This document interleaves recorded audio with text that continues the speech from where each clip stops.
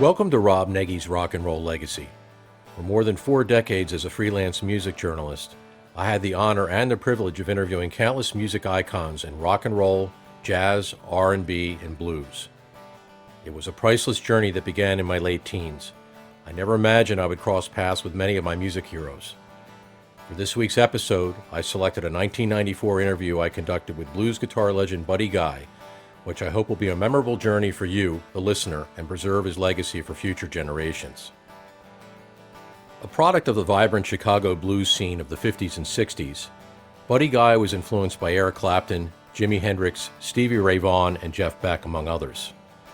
Working menial day jobs and performing on stage at night, Guy was hired as a backing session guitarist at Chess Records, recording with Muddy Waters, Howlin' Wolf, and Coco Taylor. Guy ultimately signed a recording contract with Chess Records in 1959, a tumultuous relationship that ended in 1968 over creative differences. It wasn't until the blues revival of the late 80s and early 90s that Guy received well-deserved notoriety. Sparked by Eric Clapton's invitation to perform, where he joined an all-star blues guitar lineup at London's Royal Albert Hall, Guy signed a recording contract in 1991 with the Silvertone label, releasing his breakthrough album, Damn Right I've Got the Blues. A legend in his own time, Guy is heralded as the best living blues guitarist in the world. The recipient of 8 Grammy Awards, a Lifetime Achievement Award, and the National Medal of the Arts and the Kennedy Center honors, Rolling Stone magazine placed Guy as the 27th greatest guitarist of all time. Guy's song, Stone Crazy, earned a place as number 78 on Rolling Stone magazine's list of the 100 greatest songs of all time. Buddy Guy was inducted into the Rock and Roll Hall of Fame in 2005, the Louisiana Music Hall of Fame in 2008, the Musicians Hall of Fame in 2014, and a Grammy Lifetime Achievement Award in 2015. Guy co-authored the book Damn Right I've Got the Blues with Donald Wilcox in 1999 and released his autobiography When I Left Home, My Story in 2012. As of 2019, Guy was performing well over 100 shows a year throughout the U.S. and abroad, which included a month of shows every January at his Chicago Blues Club, Buddy Guy's Legends. In 2024, he headlined the Chicago Blues Festival as part of the Buddy Guy Damn Right Farewell Concert Tour. We're about to hear an unscripted, never-before-broadcast interview I conducted with Guy in 1994. For your listening pleasure, I give you blues guitar legend Buddy Guy. You've played with so many people and you've experienced so much in music. What is there for you to achieve at this point musically? Popularity for the blues, and should I say it as equal exposure for blues, which never did get the exposure that the late great people like T-Bone Walker, Jimmy Reed, and Muddy Waters and all those did not get. I talked to Mr. Lou Rawls last night. He's finally going to get a television show, and he come and say, listen, this television show going to be jazz and blues. See, I know we've been shortchanged. And why we are shortchanged, I do not know. I don't know what blues done to some big radio station that they will play 5 records between 10 disc jockeys 24 hours a day. Each disc jockey comes on and you never hear him slip a Muddy Waters or Howlin' Wolf, and why? I just want to know why. You can explain that to me, maybe I'll be satisfied. There seems to be, from my experience and from my viewpoint, there seems to be a resurgence in the blues. Buddy King, B.B. King has become very popular. You're becoming popular again. John Lee Hooker, all of these people. Do you feel that an appreciation from at least the fans, if not the radio stations and so forth, they are gaining an appreciation for your contributions musically? Well, you could be right. As I said, if I knew the answer, I'd probably try to correct it. But I must say, B.B. King has been great ever since I heard it. So why just make him great now? Actually, B.B. King, every time I see him, his name should be on all guitars because he taught all of us how to squeeze the strings instead of using a bottleneck. And just not only B.B., quite a few more. But the young people, just because I'm from Louisiana, I'm not using this, but a lot of people will use it just because they cook good seafood in Louisiana. I don't care how much someone tells you about it, you got to go eat it yourself. And a lot of young people don't know B.B. King because he's not exposed as much as a Prince or someone else every time you turn the TV on. There they are. And nowadays, excuse me, if you don't have a video on MTV or VH1 or one of these video stations while these young kids watch it at 6, 7 o'clock, blues comes on radio at 3:30, 4 o'clock in the morning on Saturday morning. And what 10 or 12-year-olds gonna stay up that late just to hear one song by B.B. King and so on? I think we would be more popular if we would just get once, twice a week squares in one of these stations while these kids in here before they go to bed. Yeah. But it do looks better than it has been, and throughout my career, thanks to the young people, and we also must give thanks to the Rolling Stones, the Eric Clapton, the late Stevie Ray Vaughan, and the Bonnie Raitt. They are the people who told record companies that, yes, old Muddy Waters, or Buddy Guy, somebody like that. And they're like saying, oh, who? You know, yeah. Do you think that those artists that you just mentioned have helped bridge the gap between... Very much so. I think they did more for any radio station or record company because I got a record company now because I think of Eric Clapton. I went into 2 years in a row and did Royal Albert Hall with him, and I was getting a highly recognized press report. And next thing I know, he's not dead. You know, he's not 100 years old, you know. Sure. Because some companies that give up say, well, Buddy's through. You know, you got to find another Buddy, which is a young Buddy. And I got my biggest records ever since that happened. That's great. Where would you like to see yourself remembered musically, you know, in the scheme of things? Where do you see Buddy Guy being placed in the chronological order? As a guy that I didn't give up hope. I didn't lose that desire that blues was the type of music that I live and died and loved so well that I just died with it. If I hadn't come to the point where I could take care of my family, which I did at one point in time, I just got a day job and kept playing the local clubs at night because I loved it just that well. And I fought, and I'm still fighting, and now things look much better. Otherwise, I can see the light at the end of the tunnel, but I'm not at the end of the tunnel yet. So if I can make somebody recognize it, I'm sure Muddy Waters, the Wolf, and all these great guys will smile wherever they are if they're looking down on me. Yeah.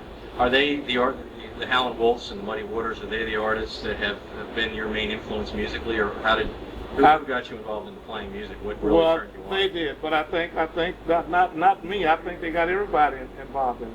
You can go back and talk to Keith Richards, Chuck Berry, or Eric Clapton, and Jeff Beck, and them, and just keep the conversation. They'll tell you sooner or later, yeah, Muddy Waters, Howlin' Wolf, and T-Bone Walker, them, and I got to say the same thing. And I'm lucky enough to have sit down and have a conversation with them, and they said, baby, don't mind, we got it from someone too, but he just didn't have a name like we did. So hopefully someone will just keep this music going because I think it's good music. Actually, blues expresses itself and tells you exactly what's happening to you. I've seen quite a few people listening to blues now that 20 years ago wouldn't think about it because a lot of those people had 2, 3 cars and swimming pools and stuff. They've lost all that now. Some airline pilots are singing blues like get on the airline now. Some of the captains come out there and say, hi, buddy. 20 years ago, they didn't know who the hell I was. So things get tough, and then people are listening at what the late Ada Boyd was saying, which passed away a couple of days ago. That 5 long years of Friday, I went straight home with all my pay, and all those old lyrics that those old guys wrote was true life. And now some people began to see that didn't have the slightest idea 20 or 30 years ago that they would see this fact that there was no work, and there was hell in the schools, there was hell in the streets, there was hell in your home. And we've been singing about that for years. Yeah. Yeah. Oh, yeah. So, I mean, you consider your type of music to be the foundation of popular music today? I mean, no, not just mine. I think all of it is. You know, actually blues, spiritual and blues and jazz and so on. And in the 60s, I think we got all these different definitions for blues and stuff like that. But before that, it was just... Ray Charles was R&B player, B.B. King was R&B player, and in the 60s, then you got the Chicago, the Memphis, the Detroit, and all that, man. But we was just considered musicians back in those days.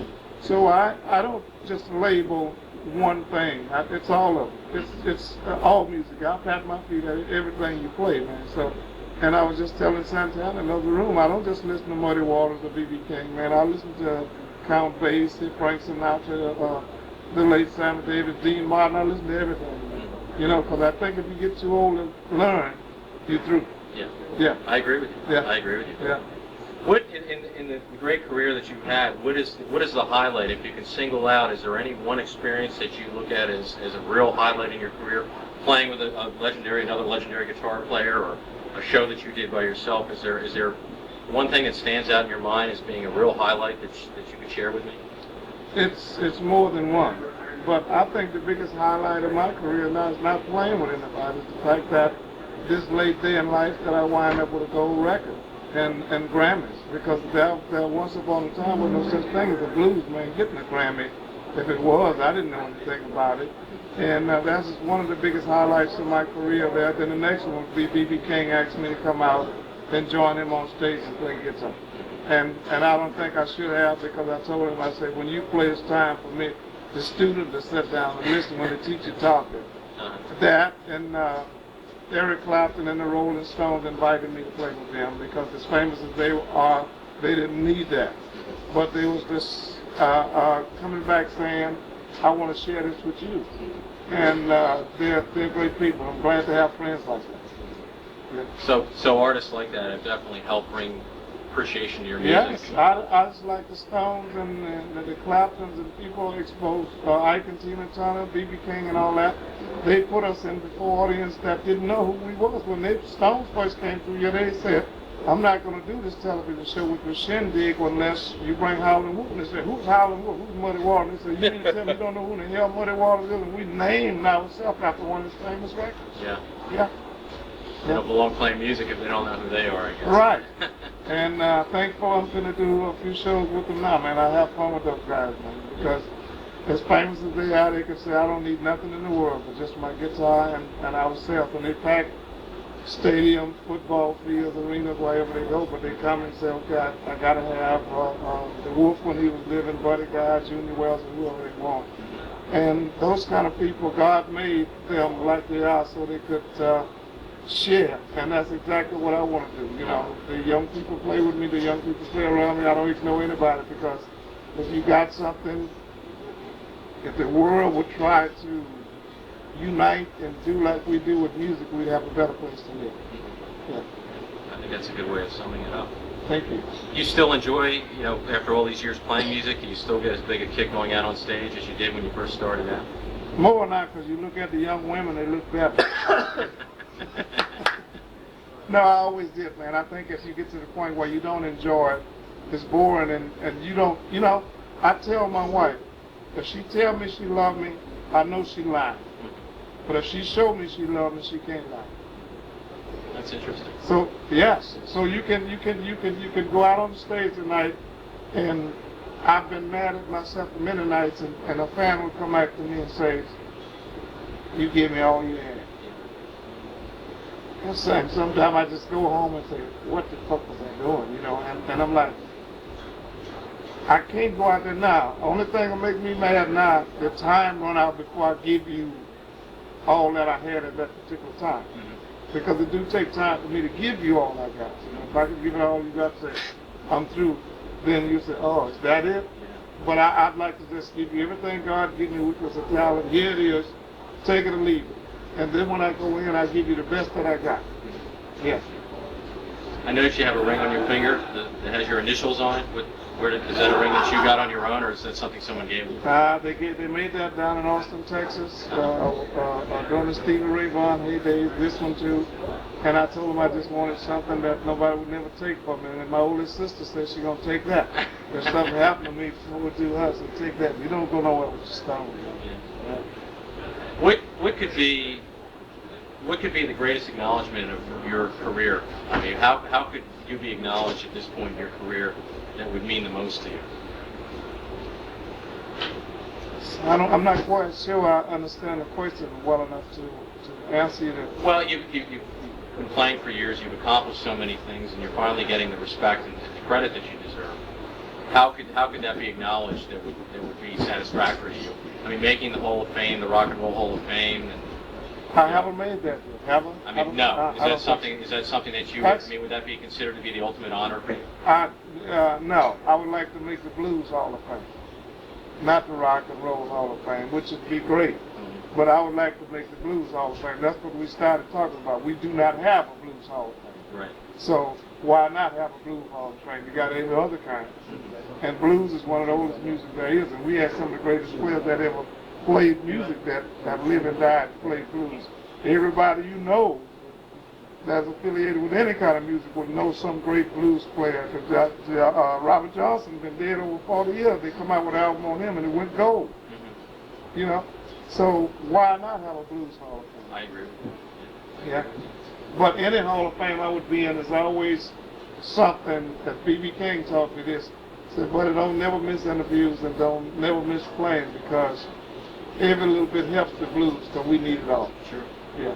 We the poets and we need the mowers. Is there anything that you would like to add? I mean, we basically covered everything I need to go over. Is there anything that you would like to add that you would like your fans to know, you would like the music world to know, or the readers of the article? Well, obviously yes. we just tipped the iceberg, but I know your time is short, so. Yes, that it's if I'm alive and you don't hear records out on me, I haven't quit playing. Okay. I don't have sense enough to quit playing. The only thing I know to do is just play and play and play, man, because there's someone always gonna love blues. And I played as hard for 2 people as I had for 2,000, and I haven't changed at all. And the fans who have supported me from the time they learned who I was until now, I want to thank them a million times for going through 12.5 years without an album and still come to see me in the rain and snow and ice and so on, the heat and whatever. And I thank them so much, and I got albums coming out. Thank you. Well, I appreciate your time. No problem. Beyond his career goals as a musician, I was most impressed by Guy's unselfish desire to bring blues music to a broader audience. Acknowledging the collective contributions of past and present blues artists, Guy was quick to show his appreciation to high-profile performers like the Rolling Stones, Eric Clapton, and Bonnie Raitt. In the decades following this interview, popularity in blues music has flourished. Guy's dream of seeing a Blues Hall of Fame became a reality when it came to fruition in Memphis, Tennessee in 2015. Thank you for taking a walk with me down memory lane. I look forward to our time together next week when I present an interview I conducted with the late Roberta Flack. Until next time, peace, serenity, and blessings.